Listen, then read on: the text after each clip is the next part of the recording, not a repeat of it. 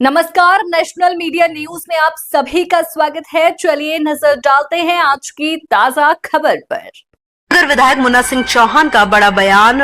आशाराम वैदिक inter college को क्षेत्र का नंबर 1 स्कूल बनाने का संकल्प। जहां विधायक मुन्ना सिंह चौहान ने शिक्षा व्यवस्था को लेकर बड़ा ऐलान किया है, तो वहीं विधायक मुन्ना सिंह चौहान ने कहा है कि आशाराम वैदिक इंटर कॉलेज को पछवादून का सबसे टॉप स्कूल बनाया जाएगा। उन्होंने स्पष्ट तौर पर कहा है कि यह स्कूल प्राइवेट स्कूलों से भी बेहतर सुविधाओं और शिक्षा स्तर के साथ विकसित किया जाएगा। विधायक ने भरोसा दिलाया है कि स्कूल में इंफ्रास्ट्रक्चर, आधुनिक सुविधाएं और शिक्षा के गुणवत्ता को नई ऊंचाइयों तक पहुंचाया जाएगा, ताकि क्षेत्र के छात्रों को बेहतर शिक्षा के लिए बाहर न जाना पड़े।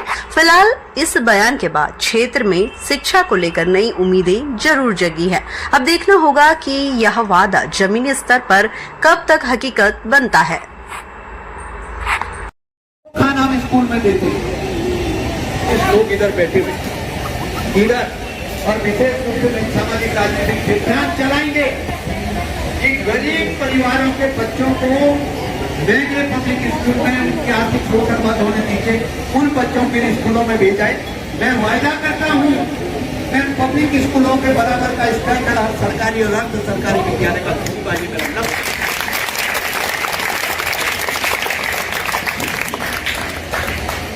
देखिए,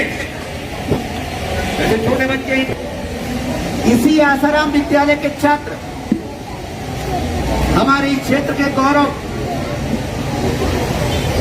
डॉक्टर अनिल जी के पिताश्री, हमारे क्षेत्र के पहले एमबीबीएस डॉक्टर, आजादी से पूर्व के एमबीबीएस डॉक्टर, जिस समय कंपाउंडर मिलना भी मुश्किल होता, इसी विद्यालय के छात्र। कर्नल डॉक्टर विद्यासागर संभवतः शायद वो भी इसी विद्यालय के छात्र हैं। कहने की आवश्यकता नहीं है, मेरे खुद के फादर इन लॉ जिस इलाके के पहले आईएफएस ऑफिसर है, पछवादून, चौथा, बाबर वगैरह, वो भी इसी विद्यालय के छात्र। यहाँ चक्राता क्षेत्र के पहले आईएएस ऑफिसर खुशीराम साहब, वो इसी विद्यालय के छात्र हैं। तो इस विद्यालय को इस प्रकार से टेक केयर करना, देखभाल करना, एक प्रकार से गोद लेना, उसके पीछे मुझे इस सामाजिक आर्थिक तरक्की में वो याद आता है। और आप सब लोग तो यहाँ के छात्र हैं, बहुत सारे लोग रहे ही होंगे, सबके मैं नाम नहीं गिना सकता। इसलिए मैं बिल्कुल दावे से कह रहा हूं, मेरा ये लक्ष्य है कि आने वाले 5 सालों में आसाराम वैदिक इंटर कॉलेज का जूनियर सेक्शन भी और सीनियर सेक्शन भी, इसका इंफ्रास्ट्रक्चर का, यहाँ के सुविधाओं का स्तर विकास नगर के किसी भी प्राइवेट पब्लिक स्कूल से कम नहीं रहने दूंगा। ये मेरा लक्ष्य।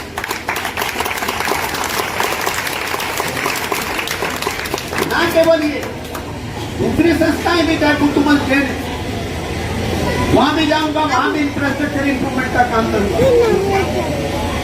और जितने भी इन बच्चों के माँ बाप यदि आए हुए, मैं सबको भरोसा दिला रहा हूं कि आपके बच्चे जीवन में, इनको सफल होने से कोई रोक नहीं सकता।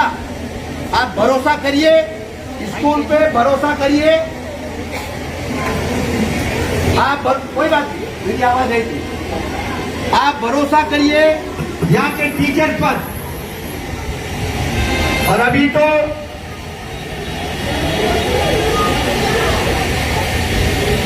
वैसे तो यदि टोटल देखा जाए तो 97 लाख के करीब अभी जो रिसेंट है, उससे पहले भी 15-20 लाख रुपए का, 30 लाख रुपए का मैं आसाराम में अलग अलग स्रोतों से योगदान कर चुका हूँ। यहाँ पे भी 10-5 लाख का योगदान कर चुका हूँ।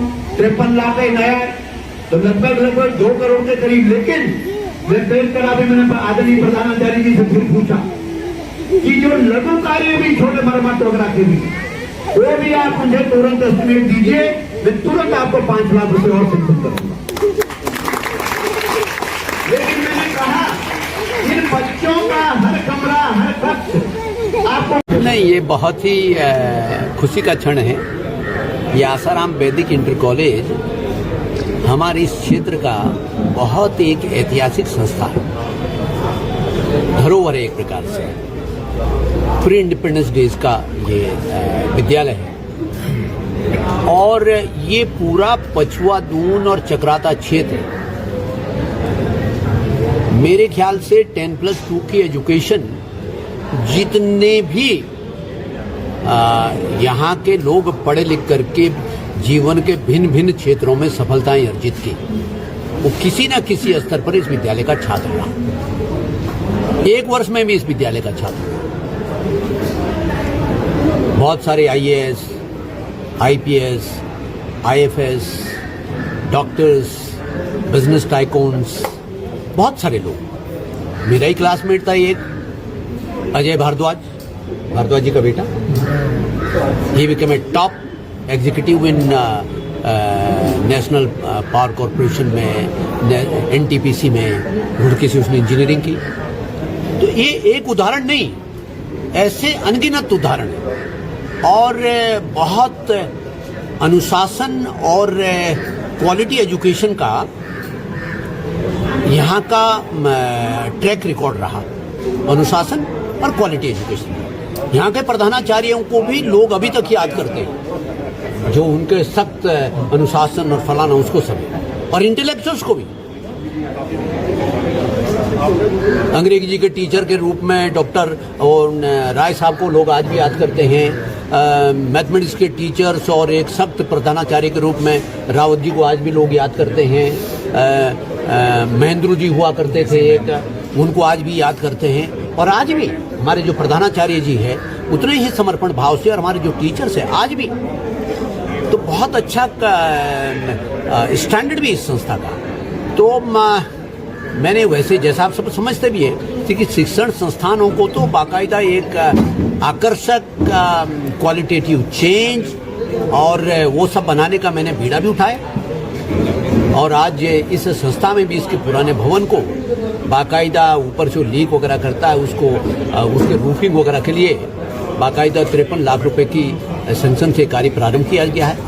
अब चूंकि इसका सीनियर सेक्शन बाबूगढ़ शिफ्ट हो गया है लगभग 50 वर्ष पहले, तो वहाँ पर भी लगभग 1 करोड़ रुपए के काम प्रारंभ कराए गए हैं। तो इस विद्यालय को जहाँ भी सुविधाओं की आवश्यकता होगी, कुछ आज ही मैंने लघु कार्यों को, लघु निर्माण कार्यों के लिए, उसके लिए मैंने 5 लाख रुपए की अभी एक और सैंक्शन की अभी घोषणा कर दी है। ठीक है, उसके लिए मैंने एस्टीमेट मांग लिया। और बड़ी खुशी की बात है कि हम लोग ये कहने को सहायता प्राप्त है और सरकारी बोलते हम, लेकिन for all practical purpose this is government college. जैसे सरकारी कॉलेज है वैसे ये भी है, तनख्वाहें सब सरकारी मिलती है, बस ये कि इंफ्रास्ट्रक्चर के लिए नहीं मिल पाता, ये मैनेजमेंट के कॉलेज है। तो यहाँ पर एक बहुत शानदार इस विद्यालय का ट्रैक रिकॉर्ड को देखते हुए अभी जो भी इसको, यहाँ तक कि स्मार्ट क्लास की कहीं कोई ज़रूरत है, कोई और किसी तरह के टीचिंग गैजेट्स की, गैजेट्स मतलब आज के समय में बहुत सारे होते हैं टीचिंग मेथोडोलॉजी में, जैसे कंप्यूटर भी एक गैजेट है, टैब भी एक गैजेट है, बच्चों को हमारे लगना चाहिए। चलो ये तो जूनियर सेक्शन है हमारे यहाँ पर, सीनियर सेक्शन में मैं बहुत सारे जगह गया हूँ, वहाँ प्रॉपरली हमारे पास लैब प्रॉपर इक्विप होनी चाहिए। जो हमारी लैब है उसके अंदर इंस्ट्रूमेंट्स होने चाहिए पूरे, फिजिक्स के, बायोलॉजी के, केमिस्ट्री के, केमिकल्स होने चाहिए, रीजेंट्स होने चाहिए, फलाना, तो बच्चों को लगना चाहिए ना। तो ये बिल्कुल, और इससे एक फायदा ये होगा, साधन संपन्न लोग, आर्थिक रूप से मजबूत लोग अपने बच्चों को प्राइवेट पब्लिक स्कूलों में भेजें, मुझे कोई आपत्ति नहीं है। लेकिन आर्थिक रूप से कमजोर गरीब माँ बाप को मजबूरी में अपने बच्चे को प्राइवेट स्कूल में भेजना पड़े, वो हमारे लिए शर्मनाक है। इसलिए मेरी पहली कोशिश यह है कि गरीब माँ बाप का, आर्थिक रूप से कमजोर परिवार की जेब बच्चे की शिक्षा के नाम पर ना कटे, वो बोझ उनके ऊपर ना पड़े, इसलिए इन सरकारी और अर्ध सरकारी विद्यालयों को मुझे इतना आकर्षक बनाना है कि लोग वहां आकर के अपने बच्चों को भेजें और हम उनको मुफ्त शिक्षा दे सकें।